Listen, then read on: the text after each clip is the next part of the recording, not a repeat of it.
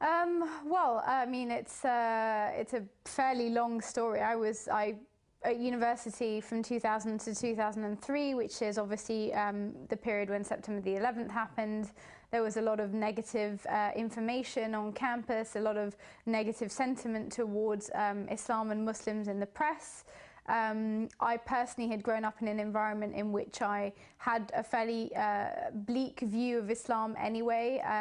Even though I had a number of Muslim friends, I really didn't think that Islam and in fact religion in general had anything particularly positive to contribute, and I would classify myself as fairly hostile to Islam during that period.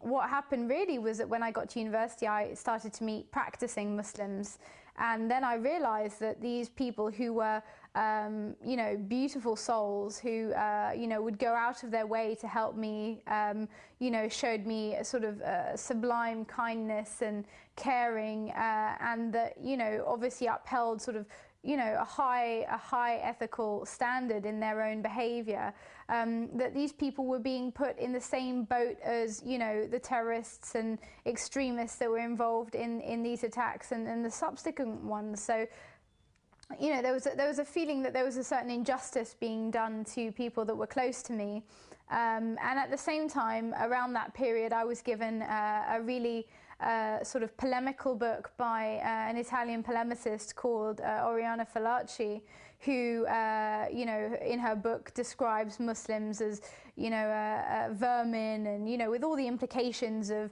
extermination that one can imagine connected to that. And it really struck me, I think, at that stage that, this was serious. I'd grown up reading literature from Holocaust survivors. I remember, some of my favorite books, were stories of people who'd survived the Holocaust, and the idea that, the language that was being used about Muslims was, for me, increasingly close and quite worryingly close to that sort of language.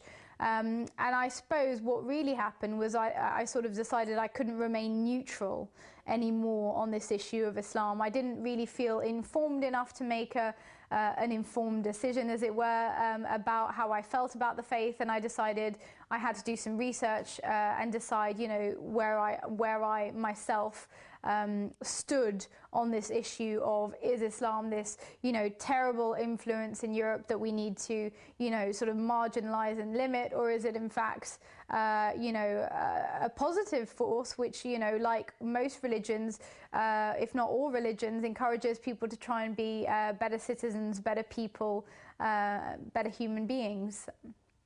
So that was the crux of my journey, really. People sort of say, oh, you changed your religion, and I usually say, well, actually, I don't know if I really changed it as so much as I affirmed it.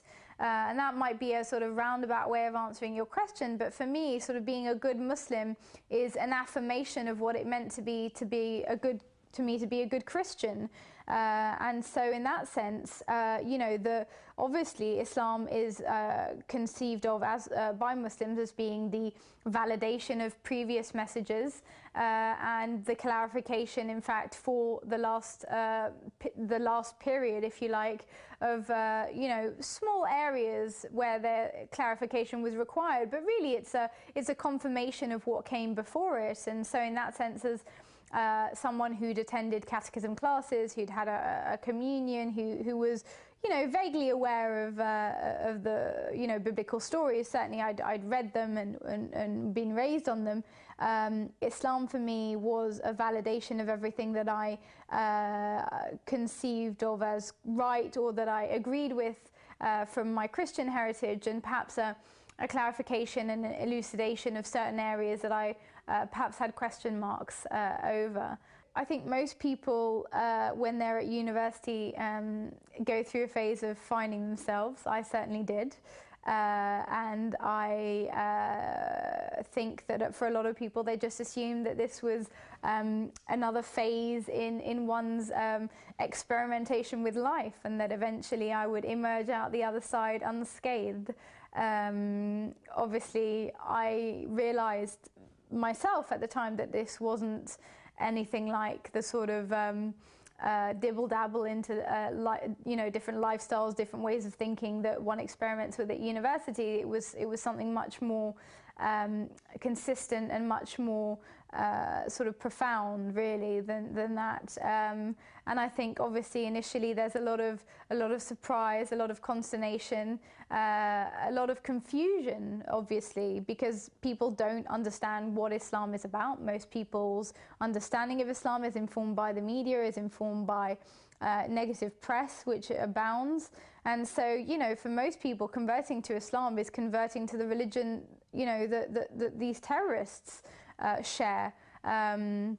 And of course, you know, it takes a lot of explanation, a lot of you know, sort of discussion to clarify that actually, you know, my research into Islam led me to realize that, you know, these people had, you know, their actions were completely disconnected with the message of Islam, and that in that sense, you know, when one converts to Islam or one is a Muslim, you know, there is a huge schism. There is a huge gap between us and these people, because we all, I mean, I'd like to say we don't subscribe to the same worldview.